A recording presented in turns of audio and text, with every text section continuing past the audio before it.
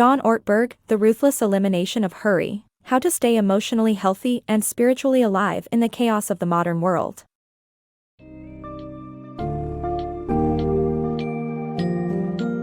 Constant stress, noise, and haste have become normal aspects of modern life, but as author John Ortberg explores in The Ruthless Elimination of Hurry, emotional and spiritual well-being can only flourish when we slow down and give ourselves the time to appreciate the present moment.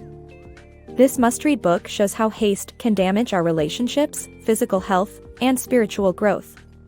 Ortberg invites readers to explore 4 transformative practices inspired by Jesus' lifestyle, which can change our relationship with time and help us prioritize the things that truly matter.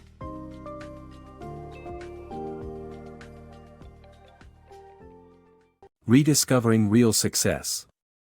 Megachurch pastor, Comer, who seemed to have it all, realized that he lost sight of his spiritual mission and burned out from being too busy.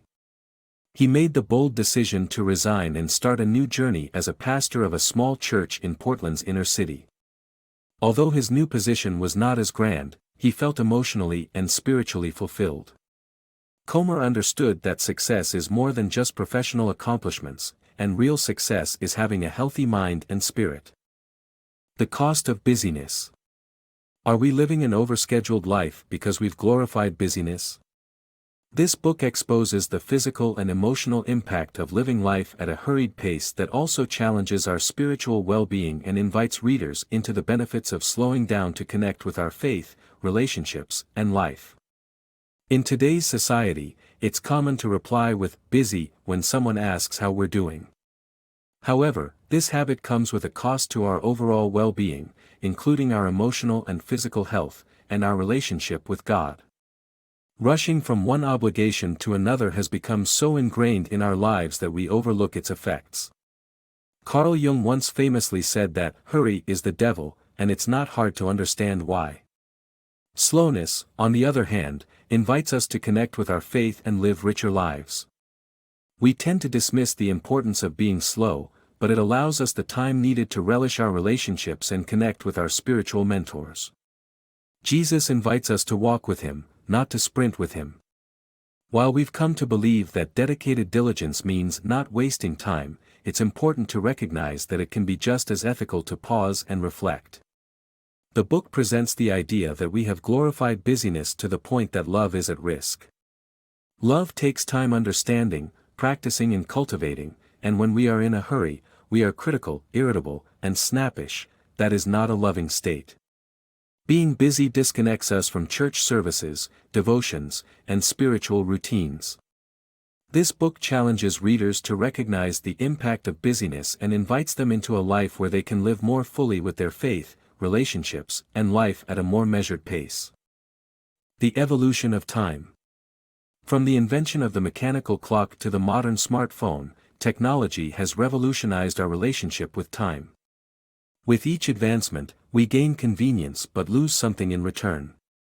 We must learn to approach technology skeptically and value the benefits of a slower pace of life. Embracing limitations. We don't need more time, we need to embrace our limitations and focus on what's important. Living in a society driven by FOMO, we feel the pressure to do everything and be everywhere, but this is unrealistic and only leads to increased busyness. Instead, we should recognize our unique talents and socioeconomic limitations, and commit our time to doing what aligns with our values and abilities.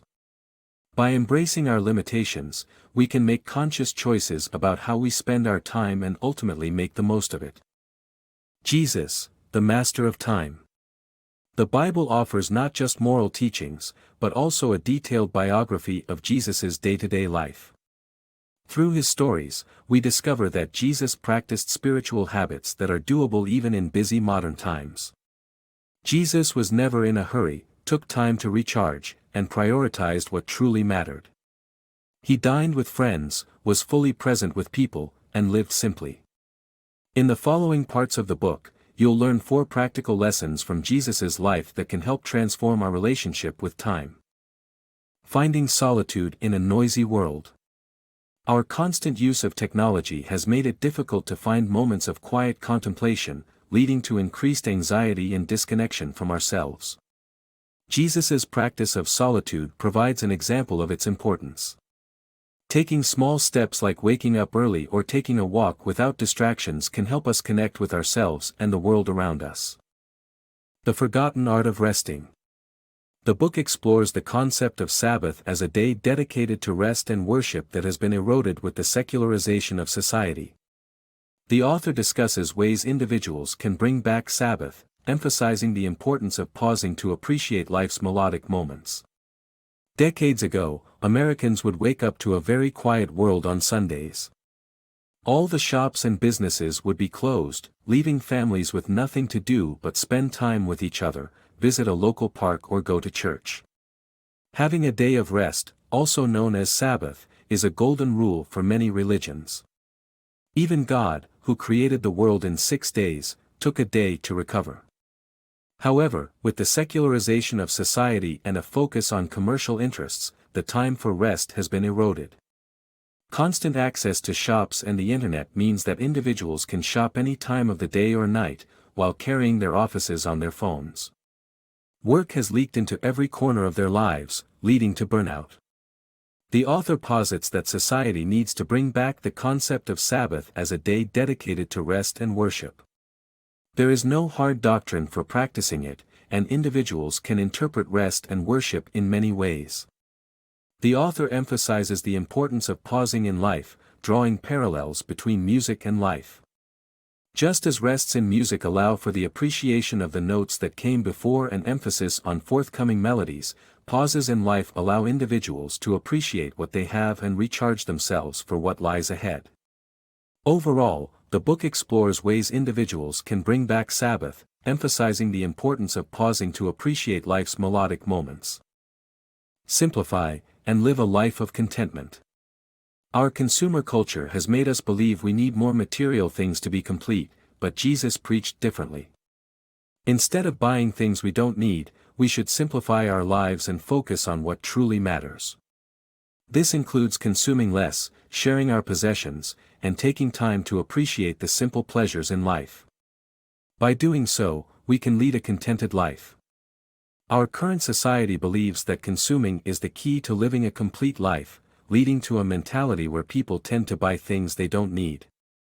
However, this wasn't always the case. A century ago, most people were farmers. They grew their food, exchanged goods with neighbors, and hardly used money.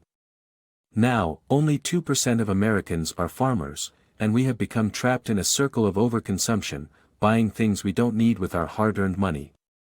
Consuming more doesn't just cost us money, it also limits the small amount of time we have to live our lives. Therefore, in simplifying our lives, we can lead a more contented one.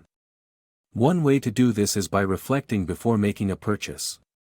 We should ask ourselves the true cost of an item, whether it's necessary and whether there is something similar to what we already own. By doing so, we can cut down on any impulse buying. In addition to consuming less, sharing is an excellent way to live a less materialistic lifestyle. For example, we can participate in a car-sharing program that will cost less and make us more rooted in our community. What's more, we should recognize that we don't need to spend much money to enjoy simple pleasures. Something as trivial as a stroll in the park or savoring a cup of coffee can be enjoyable without having fancy gear or accessories. In conclusion, we must wean ourselves off wanting unnecessary things and focus on what we truly need. Jesus preached that the road to a good life is by having what we truly need and giving out the rest.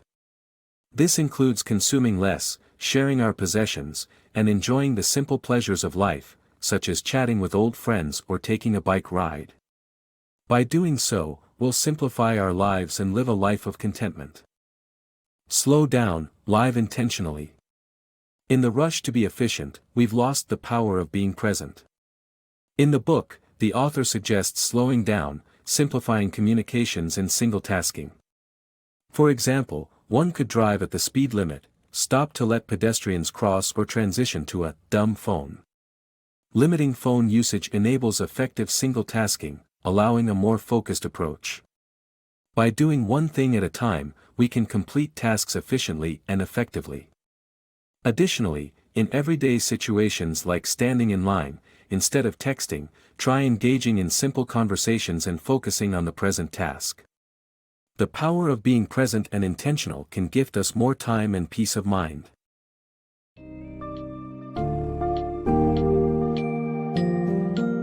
In conclusion, The Ruthless Elimination of Hurry challenges readers to rethink the pace of their lives and to develop habits that promote emotional and spiritual health. By embracing practices such as solitude, Sabbath, simplicity, and intentional living, we can all strive for a more grounded and fulfilling existence. Ultimately, this holistic approach to life is about making deliberate choices, reconnecting with faith, and valuing the time we have.